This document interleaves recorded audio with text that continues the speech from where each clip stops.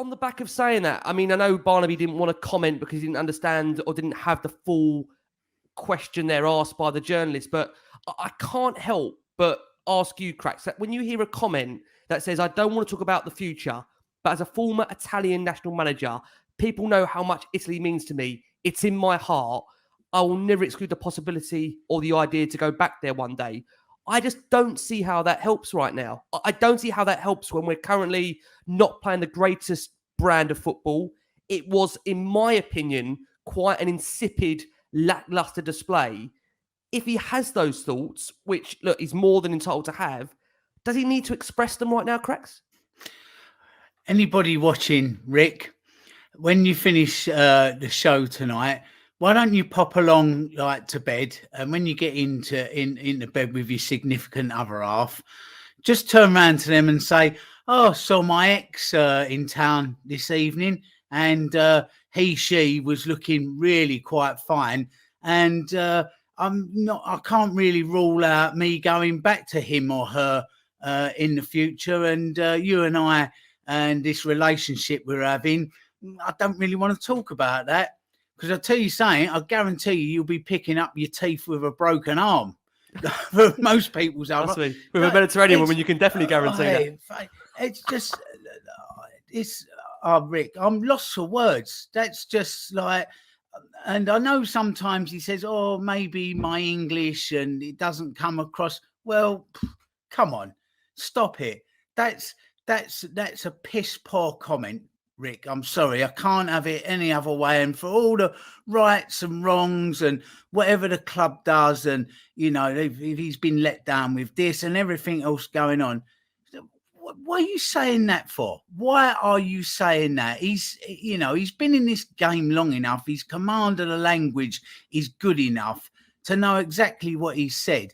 And do you know what, Rick? I've been going to Tottenham since the mid-70s, and this club will go on after every manager we had. It went on after Bill Nick. It went on after Keith Birkinshaw. It went on after Glenn Hoddle left and then left, and everyone. The club's still here. So, like Antonio Conte, this club will go on without you. Don't worry about that. And if that's how you feel about us, then see you later. I can't have a comment like that about Spurs. You're really, really not doing us a favour. It's angered me, Rick, that comment. It has genuinely angered me that he would say something just so brainless as that. So, sorry, I'm a Tottenham fan, and however much I love the manager or somebody, if they talk about the club like that, go. Go now. Please go now. I have to say it's hard, but it is hard because, like I say, we react as those comments come through from a post-match press conference. So for those that listen back to this on audio, they might be thinking, why are we addressing that comment 36 minutes into the show? Naturally, obviously, we do these shows live, so that comment has literally just come through to us. So had we had that at the very start of the show, it may very much have been a talking point. Lee, that's the first time, obviously, you've heard that in these 36 minutes to give you the chance to react after an endorsement there of Conte. Do you have any reaction to that? I'm endorsing the guy saying it's disrespectful. I'm being professional. It's disrespectful. Don't talk about other managers. And then he comes out and says something like that. I've got to be honest, though. I do agree with Barnaby in terms of the context. It's not until you actually watch the press conference in full that you'll get a bit of a context around that. The journalist, as an example, could have turned around and said, you've had some wonderful years here at the San Siro. You've won the Scudetto, or however you say it, the Serie A title. Do you ever see yourself coming back one day? And then he's responded by saying, I love the Italian people. And at the end of the day, I might come back in the future.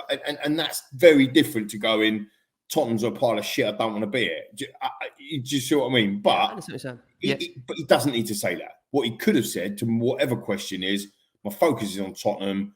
I love Tottenham. I'm working with Tottenham. My focus on Tottenham, and then move on. But he didn't. He chose just to put the needle in a bit, and that's the bit I think this angers Crackers, to be fair, and ourselves and a lot of people in the comments and listening as well.